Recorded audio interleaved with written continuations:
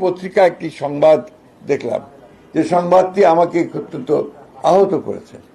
যে জামাত ইসলামের আমির তিনি বলছেন যে বিএনপি ইঞ্জিনিয়ারিং করে ক্ষমতায় এসেছে। আমি এটা তীব্র নিন্দা জানাচ্ছি, প্রতিবাদ জানাচ্ছি, এবং তিনি বা তার দল যে কখনোই সুস্থভাবে চিন্তা করেন না তার প্রমাণিতটা হয়েছে। সুতরাং জামাত ইসলামের আমিরের এই বক্তব্য আমি আবার আমার প্রত্যাখ্যান করছি, শুধু নয় নিন্দা জানাচ্ছি এবং ক্ষোভ প্রকাশ করতে হবে।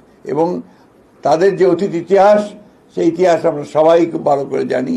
সেই কারণেই সমগ্র জাতি অত্যন্ত সচেতনভাবে তাদেরকে প্রত্যাখ্যান করেছে, এবং আগামীতে যেন পুরোপুরি তাদেরকে নির্মূল করা যায় রাজনৈতিকভাবে, সেইভাবেই আমাদেরকে কাজ করতে হবে।